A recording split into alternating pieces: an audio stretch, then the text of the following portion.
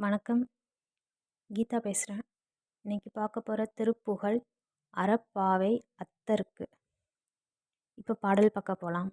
அறப்பாவை அத்தர் கருள்பாலா அளித்தாது வெட்சித் திருமார்பா குறப்பாவை அற்பிற் புணர்வோனே குலத்தேவ வர்க்கப் பரிபாலா மறப்பாத கத்துர் ருழல்வேனோ மலர்த்தாள் வழுத்த கிருபையீவாய் சிறப்பான முத்திக் கொருவாழ்வே திருப்பூவனத்திற் பெருமாளே. இப்போ அந்த பாடலுக்கான விளக்கம் பார்க்கலாம். சிறப்பான முத்தியை அளிக்கக்கூடிய பூவனத்தில் எழுந்தருளியுள்ள பெருமானே முருகா, நீ அறப்பாவையான தேவசேனையின் இனத்தைச் சார்ந்த தேவர்களுக்கு அருளுகின்றவன். எப்போதும் வெற்றியை அளிக்கக்கூடிய வெற்றி மாலையை மார்பினில் அணிந்தவன்.